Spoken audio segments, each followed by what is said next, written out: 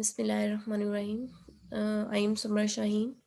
जैसा कि हम लोगों ने इनहेरिटेंस और वेरिएशन चैप्टर स्टार्ट किया है, इसमें हम लोगों ने पिछले लेक्चर्स में मेंडल के लॉज की स्टडी की, law of dominance, law of segregation की स्टडी की, मेंडल ने पी प्लांट को क्यों सेलेक्ट किया इसकी स्टडी की, मुख्तलिफ टर्म्स हमने इसमें उनकी डेफिनेशंस देखी। आज जो हम लोगों ने स्टार्ट करना है वो है multiple alleles.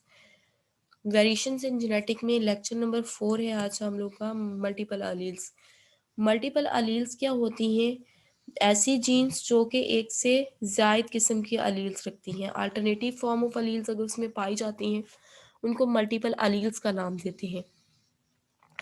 A gene with more than two altered alternative form of alleles, मतलब उसमें दो से ज़ायद किस्म के अलील्स पाए जाएंगे, उनको मल्टीपल अलील्स का नाम देते हैं। मल्टीपल का मतलब होता है एक से ज़ायद, अलील्स का अलील ही होगा। तो ऐसे जीन्स जिसमें दो या दो से ज़ायद किस्म की अलील्स पाई जाएं उन्हें मल्टीपल अलील्स का नाम देते हैं। मल्टीपल अलील्स कैसे प्रोड्यूस होती हैं? जब जीन म्यूटेशन होगी तो gene mutation different alleles produce कर देती हैं। अब वन जीन के ऊपर जो है अगर उसमें म्यूटेशन होगी तो म्यूटेशन से वो 200 तक अलील्स प्रोड्यूस कर सकती है। उसके बाद सच जो alternative form of alleles produce होंगी 200 तक, उनको हम बोलते हैं ये है मल्टीपल अलील्स। मल्टीपल अलील्स में जो डिप्लॉयड ऑर्गेनिज्म होते हैं उनमें मल्टीपल अलील्स पाई जाती हैं डाइप्लॉयड ऑर्गेनिज्म में, जबकि जो हैप्लॉयड ऑर्गेनिज्म होंगे, सिंगल सेल वाले ऑर्गेनिज्म, उनमें सिर्फ एक अलील पाई जाएगी उनके जीनोम में। तो ये है मल्टीपल अलील्स। उसके बाद मल्टीपल अलील्स की बेस्ट एग्जांपल है ABO blood group system. ABO blood group system हम उस पे उसके सरफेस पे मौजूद एंटीजन की बुनियाद पे हम इनको इनके नेम दे देते हैं। एबीओ ब्लड ग्रुप सिस्टम ए, मतलब अगर ए एंटीजन होगा तो ब्लड ग्रुप ए है, बी एंटीजन होगा तो ब्लड ग्रुप बी होगा, इसी तरह ए बी दोनों एंटीजन होंगे तो ब्लड ग्रुप ए बी होगा, और अगर कोई एंटीजन नहीं होगा तो ब्लड ग्रुप ओ होगा। अब ये इसको ABO blood group system Karl Landsteiner ने डिस्कवर किया 1901 में। एबीओ ब्लड ग्रुप सिस्टम तकरीबन तमाम, ना सिर्फ ह्यूमन में बल्कि चिंपैंजी, गोरिल्ला वगैरह में भी एबीओ ब्लड ग्रुप सिस्टम पाया जाता है। अब एबीओ ब्लड ग्रुप सिस्टम को ये मिलके 4 डिफरेंट ब्लड ग्रुप सिस्टम बना देती हैं, जैसा कि blood group O A, blood group system B, A B और ओ, 4 मुख्तलिफ डिफरेंट ब्लड ग्रुप सिस्टम बन जाते हैं। अब ब्लड ग्रुप सिस्टम को हम नाम देते हैं ए ब्लड ग्रुप क्यों कहते हैं? क्योंकि उसके ऊपर ए एंटीजन होती है। बी को बी क्यों कहते हैं? क्योंकि उसके ऊपर बी एंटीजन होती है। ए बी के ऊपर दोनों एंटीजन होंगी और ओ के ऊपर कोई एंटीजन नहीं होगी। सरफेस ऑफ एंटीजन जो है वो कहाँ पे होंगी? आरबीसी की सरफेस के ऊपर होंगी। ग्लाइकोप्रोटीन मॉलिक्यूल्स आप लोगों ने सेल मेम्ब्रेन में पढ़ा था, तो ग्लाइकोप्रोटीन होती है सेल मेम्ब्रेन में। तो इसी तरह आरबीसी के ऊपर भी एंटीजन लगे हुए होंगे ग्लाइकोप्रोटीन की फॉर्म में। वो एंटीजन क्या करेंगे? इसकी डिस्टिंग्विश करवाएंगे, इसके ब्लड ग्रुप को डिस्टिंग्विश करवाएंगे। ए एंटीजन है तो blood group A, B antigen है तो blood group B, A B antigen है तो ब्लड ग्रुप ए बी, और अगर कोई एंटीजन नहीं है तो ब्लड ग्रुप ओ होगा। उसके बाद नेक्स्ट है ये डायग्राम। डायग्राम में आप लोग देखेंगे तो आप लोगों को सारी समझ आ जाएगी। ये देखिए, ये ब्लड ग्रुप शो करवाए हुए हैं, ए बी और ओ, 4 फिनोटाइप के ब्लड ग्रुप यहाँ पे बन रहे हैं। एक अगर ब्लड ग्रुप है तो एंटीजन ए होगी, ए एंटीजन है तो एंटीबॉडी हमेशा ऑपोजिट होगी बी एंटीबॉडी है। इसी तरह बी ब्लड ग्रुप है तो उसकी एंटीजन बी होगी, ए बी है तो उसके एंटीजन ए बी दोनों होंगे, ओ है तो इसमें कोई भी एंटीजन नहीं होगी, जीरो लगा हुआ है। उसके बाद अगर एंटीजन ए है तो एंटीबॉडी बी होगी ऑपोजिट, बी एंटीजन है तो एंटीबॉडी ए है, ए बी एंटीजन है तो इसके ऑपोजिट कोई भी नहीं है तो नीला आ जाएगा, ओ एंटीजन है तो इसके ऑपोजिट ए और बी दोनों एंटीबॉडीज मौजूद होंगी। ये जीनोटाइप है, उनके जीन्स को दिखाया गया है। उसके बाद है डोनेट, ये ब्लड किस किस को डोनेट कर सकेंगे? अब ए बी वाला सबसे ब्लड ले सकता है, ये यूनिवर्सल रिसेपिएंट है, ये रिसीव कर सकता है सबसे ब्लड। और ओ वाला यूनिवर्सल डोनर है, ये सबको ब्लड दे सकता है। अब ए वाला जो है वो ब्लड अपना डोनेट करेगा ए वाले को और ए बी वाले को, क्योंकि ए बी यूनिवर्सल रिसेपिएंट है, वो सबसे ब्लड ले रहा है। चारों ब्लॉक्स में ए बी मौजूद है, तो ये ए वाला ए को ब्लड तो देगा ही, और ये ए बी को भी ब्लड दे सकता है। इसी तरह बी वाला बी को ब्लड देगा और ए बी को भी ब्लड ग्रुप दे सकता है। ब्लड दे सकता है। उसके बाद एबी वाला सिर्फ़ एबी वाले को ब्लड डोनेट करेगा। जो ओ वाला है, ये यूनिवर्सल डोनर है, ये सबको ब्लड डोनेट कर सकता है। ये ए को भी कर सकता है, बी को भी, एबी को भी और ओ के भी ब्लड डोनेट कर सकता है, तो ये है यूनिवर्सल डोनर। इसको यूनिवर्सल डोनर कहते हैं, ये डोनेट कर सकता है। उसके बाद ये रिसीव किस-किस से कर सकते हैं, जैसा कि ओ सबको दे सकता है, तो ए वाला ए से तो रिसीव करेगा जब ज़रूरत पड़ेगी, अगर ए से ब्लड नहीं मिल रहा तो ये ओ वाले से भी ले सकता है। इसी तरह बी वाले से तो ब्लड लेगा, ओ वाला क्योंकि यूनिवर्सल डोनर है वो दे रहा है सबको, तो बी वाला ओ से भी ब्लड ले लेगा। इसी तरह ए बी वाला क्या है, यूनिवर्सल रिसिपिएंट है। रिसिपिएंट क्यों है, क्योंकि इसके ऊपर एंटीजन ए और बी दोनों मौजूद है। तो ए और बी दोनों मौजूद हैं, तो ये क्या करेंगे, इसमें एंटीबॉडी कोई नहीं है। एंटीबॉडी ना होने की वजह से ये सबसे ब्लड ले लेगा, ए से भी, बी से भी, ए बी से भी और ओ से भी।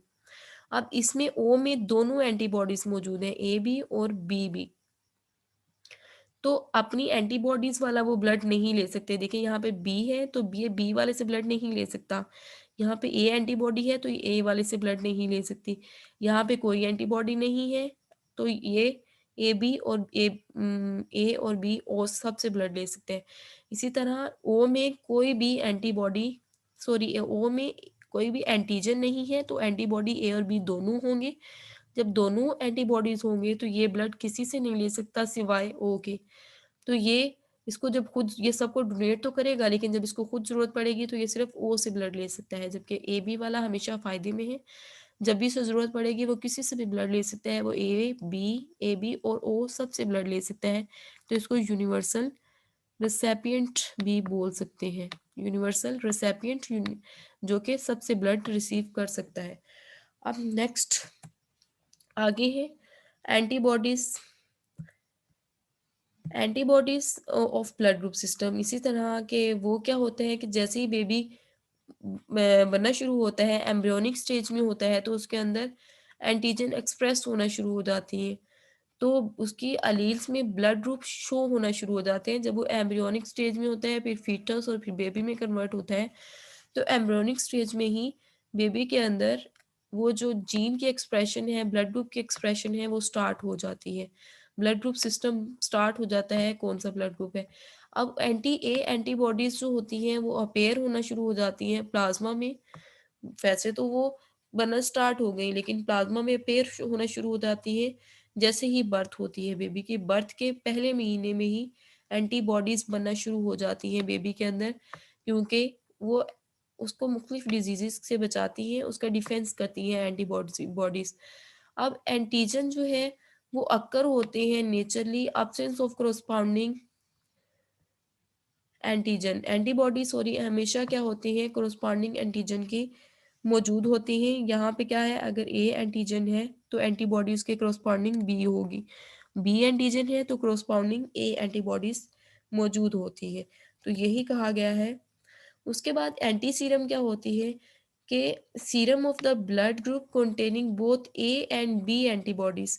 क्या है, अगर एंटी सीरम ऐसा सीरम होता है जिसमें एंटी ए और एंटी बी एंटीबॉडीज मौजूद होती हैं, दोनों एंटीबॉडीज मौजूद होंगी, तो इसको एंटी सीरम का नाम देते हैं। एंटी सीरम की डेफिनेशन शॉर्ट क्वेश्चन में इम्पोर्टेंट है।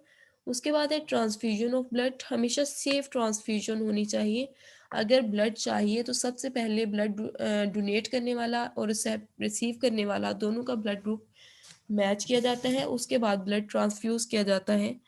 अगर उसकी मैचिंग ना की जाए ब्लड की से मतलब उसको ब्लड ग्रुप सेम ना हो, ए वाला ब्लड जो है वो बी वाले को लगा दिया जाए, तो क्या होगा, ब्लड एग्लूटिनेशन स्टार्ट हो जाएगी, ब्लड के क्लॉट बनना शुरू हो जाएंगे पेशेंट के अंदर। अगर पेशेंट ए ब्लड ग्रुप का है और उसको बी ब्लड ग्रुप लगा दिया गया है, ब्लड लगा दिया गया है, तो उसके जो ब्लड है वो एग्लूटिनेशन स्टार्ट कर देंगे, क्लम्प बनाना स्टार्ट कर देंगे। तो वो जो क्लम्प है बड़े बड़े लोथड़े बन जाएंगे खून के, और वो कैपिलरीज में से पास आउट नहीं होंगे, क्योंकि कैपिलरीज का पोर स्मॉलर होता है, तो वो उसमें से पास आउट नहीं होंगे, जिसकी वजह से क्या होगा, सीरियस रिजल्ट आएंगे। हार्ट अटैक का बायस बनेंगे, ब्रेन हीमोरेज, ब्रेन स्ट्रोक का बायस बनेंगे। तो सेफ़ ट्रांसफ्यूज़न बहुत ज़रूरी है। अगर सेफ़ ट्रांसफ्यूज़न नहीं होती, बगैर मैच किए ब्लड लगा दिया जाता है और एग्लूटिनेशन स्टार्ट हो जाती है, तो उससे किडनी डैमेज होने का खतरा होता है, ब्रेन डैमेज, हार्ट डैमेज और उसके साथ-साथ डेथ भी हो जाती है। तो सेफ़ ट्रांसफ्यूज़न हमेशा की जाती है। ब्लड ग्रुप अगर किसी को ब्लड ट्रांसफ़र करना हो तो सबसे पहले डॉक्टर्स ब्लड ग्रुप मैच करते हैं। नंबर 2 पे वो ये देखते हैं कि जो डोनेट कर रहा है उसको कोई डिज़ीज़ तो नहीं है, जैसा कि हेपेटाइटिस या फिर डायबिटीज़ तो नहीं है उसको। उसके बाद जो है, अगर सेफ़ ट्रांसफ्यूज़न नहीं होती फर्स्ट पे, तो एग्लूटिनेशन स्टार्ट हो जाएगी। ब्लड एग्लूटिनेशन स्टार्ट हो जाएगी। ब्लड जो है वो कैपिलरीज़ में से पास नहीं होगा और वो सीरियस रिज़ल्ट काज़ करेगा। सीरियस रिज़ल्ट कैसे काज़ करेगा कि हीमोलिटिक रिएक्शन होंगे। हीमोलाइटिक मतलब, हीम का मतलब होता है ब्लड का, लाइटिक का मतलब होता है टूट जाना। तो ब्लड के सेल्स जो हैं उनकी ब्रेकडाउन स्टार्ट होगी। तो इनकम्पैटिबल मतलब जिसका ब्लड नहीं मिलता, उसका अगर ट्रांसफ्यूज़ कर दिया जाए, हालाँकि वो उसका ब्लड ग्रुप सेम नहीं है डोनर और रेसिपिएंट का, तो इससे ये रिएक्शंस होंगे। ब्लड एग्लूटिनेशन होगा, हीमोलाइसिस स्टार्ट हो जाएगी। उसके अलावा क्या ब्रेन हेमोरेज, हार्ट अटैक का प्रॉब्लम काज़ हो जाएगा। उसके बाद एंटीबॉडीज़ जो हैं वो रेसिपिएंट की जो हैं वो डिस्ट्रॉय करना शुरू कर देंगे। जो आरबीसीज़ लगाए जा रहे हैं, जो रेड ब्लड सेल्स डोनेट किए जा रहे हैं डोनर की तरफ से रेसिपिएंट के, क्योंकि वो मैच नहीं हो रहे, तो एंटीजन क्या करेंगे, वो जो डोनर की तरफ से आरबीसी आ रहे हैं उसको भी डैमेज करना शुरू कर देंगे, उसके भी एग्लूटिनेशन स्टार्ट कर देंगे। उसके अलावा जो डोनर का ब्लड आ रहा है उसमें एंटीबॉडीज़ मौजूद होती हैं, तो वो एंटीबॉडीज़ क्या करती हैं, जो रेसिपिएंट का ब्लड है उसको भी डिस्ट्रॉय करना शुरू कर देते हैं। अब जो पेशेंट था उसके अंदर जो ब्लड मौजूद था वो भी खराब होना शुरू हो गया, उसमें भी एग्लूटिनेशन स्टार्ट हो गई और जो रेसिपिएंट की तरफ डोनर की तरफ से ब्लड आ रहा है, वो भी खराब होना शुरू हो गया, उसमें भी एग्लूटिनेशन स्टार्ट हो गई। तो इसलिए क्या किया जाता है, हमेशा फॉलो किया जाता है ब्लड ग्रुप सिस्टम को सेफ ब्लड ट्रांसफ्यूजन के लिए, ताकि किसी किस्म के का रिस्क प्रोड्यूस ना हो, किसी किस्म का डैमेज ना हो, डेंजरस ना हो उसकी लाइफ को। तो इसलिए जो है वो सेफ ट्रांसफ्यूजन की जाती है। हमेशा पहले ब्लड ग्रुप मैच किए जाते हैं, उसके बाद ब्लड ट्रांसफ्यूजन की जाएगी। अब उसके बाद है use of blood group to determine the parentage. Blood group क्यों यूज़ किया जाता है पेरेंटेज मेजर करने के लिए? इसमें ये आप लोग बस समझ लीजिएगा, इसको याद करने की ज़रूरत नहीं है, पीछे वाला आप याद रखेंगे। इसमें क्या है कि ब्लड ग्रुप क्यों यूज़ किया जाता है पेरेंटेज मेजर करने के लिए? ऐसा होता है कि अक्सर हॉस्पिटल में बच्चे जो हैं वो बर्थ के दौरान बच्चे मिक्स अप हो जाते हैं, तो वो पता नहीं चल रहा होता कि कौन-सा बेबी किसका है। तो वो फिर क्या किया जाता है, उनका या तो डीएनए फिंगरप्रिंटिंग की जाती है या फिर उनका ब्लड ग्रुप देखा जाता है। ब्लड ग्रुप कैसे देखा जाता है? अगर वो कहते हैं it can prove the individual parentage, या क्या करते हैं किसी बेबी की पेरेंटेज बताते हैं, उसके पेरेंट्स का बताते हैं। जैसे ए बी अगर किसी की फिनोटाइप है तो उसके पेरेंट्स कभी भी ओ नहीं हो सकते, या ए बी वालों का कभी भी चाइल्ड जो है वो ओ फिनोटाइप नहीं रख सकता, क्योंकि अगर ए मदर है बी वाला फादर है तो उनमें ए और बी एंटीजन्स मौजूद हैं। एंटीजन्स मौजूद होंगी तो ए बी एंटीबॉडीज, अगर ए एंटीजन है तो बी एंटीबॉडी होगी, बी एंटीजन है तो ए एंटीबॉडी होगी, तो एंटीबॉडीज भी मौजूद हैं। तो जो चाइल्ड है ओ फिनोटाइप वाला वो कभी भी ए बी का नहीं हो सकता। तो उसके अलावा अगर बी फिनोटाइप है, can not be father of A phenotype, जिसकी बी फिनोटाइप है वो ए फिनोटाइप का फादर नहीं हो सकता। इस तरह ये क्या किया जाता है, पेरेंटेज मेजर करने के लिए इसको यूज किया जाता है।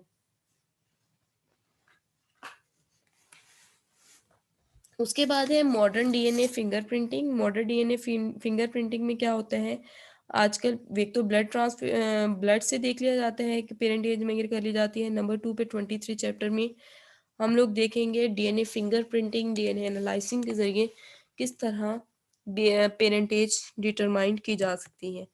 उसके बाद है आरएच ब्लड ग्रुप सिस्टम, ये बहुत इंपॉर्टेंट है। आरएच ब्लड ग्रुप सिस्टम अक्सर हम कहते हैं ए पॉजिटिव ब्लड ग्रुप है सिस्टम है, हमारा बी पॉजिटिव है या ए बी पॉजिटिव है, ए नेगेटिव है। तो वो नेगेटिव और पॉजिटिव किसको कहते हैं, आरएच ब्लड ग्रुप सिस्टम की बुनियाद पे हम कहते हैं। आरएच ब्लड ग्रुप सिस्टम जो है वो किसकी बुनियाद पे हम कहते हैं, क्योंकि सरफेस ऑफ आरबीसी की पे ऊपर अगर आरएच एंटीजन मौजूद होंगे तो हम कहेंगे पॉजिटिव ब्लड ग्रुप है। अगर वो मौजूद नहीं होंगे आरएच एंटीजन तो हम कहेंगे नेगेटिव ब्लड ग्रुप सिस्टम है। इसको नेम दिया आरएच को रेसिस मंकीज की बुनियाद पे। ये मंकीज थे जिनमें ये ब्लड ग्रुप सबसे पहले डिस्कवर हुआ। इसको भी कार्ल लैंडस्टेनियर ने डिस्कवर किया। 1901 में ABO blood group system discover किया इसने, और 1930 में इसने RH blood group system discover किया। अब देखें, जो आरएच पॉजिटिव वाले हैं उनमें हमेशा कैपिटल डी वाली जीन्स पाई जाएंगी। अब ये देखें, यहाँ पे कैपिटल डी अगर दोनों हैं तो ये तो मुकम्मल तौर पे आरएच पॉजिटिव फादर है। अगर ये आरएच पॉजिटिव है, इसकी मैरिड हो जाए आरएच नेगेटिव के साथ, तो क्या होगा, जितने भी इसके ऑफस्प्रिंग होंगे सारे ही आरएच पॉजिटिव होंगे। और अगर ये जो फादर है वो कैपिटल डी और स्मॉलर डी वाली उसमें जीन्स मौजूद हैं, तो इसके हाफ ऑफस्प्रिंग क्या होंगे, वो होंगे आर एच पॉजिटिव। इसके क्रॉस पुनेट स्क्वायर में हम नेक्स्ट अगले पेज पे ड्रा किए हुए वो आप लोगों को समझाऊंगी कैसे। मतलब अगर दोनों कैपिटल डी होंगे तो क्या होगा, सारे के सारे ऑफस्प्रिंग आर एच पॉजिटिव होंगे। अगर कैपिटल डी और स्मॉलर डी है तो हाफ चाइल्ड जो है वो होंगे आर एच पॉजिटिव। अब जो पॉजिटिव है उनके ऊपर आर एच एंटीजन्स मौजूद हैं। इसके अलावा जो दोनों स्मॉलर डी हैं, स्मॉलर डी वाले क्या है, ये आर एच नेगेटिव है। ये हमेशा आर एच नेगेटिव को शो करेंगे। इसके ऊपर आर एच पॉजिटिव के ऊपर क्योंकि आर एच एंटीजन मौजूद है इसलिए हम कहते हैं ये आर एच पॉजिटिव है। इसके ऊपर एंटीजन नहीं होगी जिसकी वजह से ये आर एच नेगेटिव है। तो एंटीबॉडीज दोनों में नहीं होंगी। आर एच पॉजिटिव वाला पॉजिटिव वाले को ही ब्लड डोनेट कर सकता है। नेगेटिव वाला क्योंकि इसमें कोई एंटीजन ही नहीं है, ये नेगेटिव और पॉजिटिव दोनों को डोनेट कर सकता है। और ये रिसीव किससे कर सकते हैं, आर एच पॉजिटिव वाला नेगेटिव और पॉजिटिव दोनों से ले सकता है, जबकि नेगेटिव वाला हमेशा नेगेटिव से ही लेगा। अगर नेगेटिव वाला पॉजिटिव वाले से ब्लड ले लेता है तो हीमोलिटिक रिएक्शन स्टार्ट हो जाएंगे, एग्लूटिनेशन स्टार्ट हो जाएगी।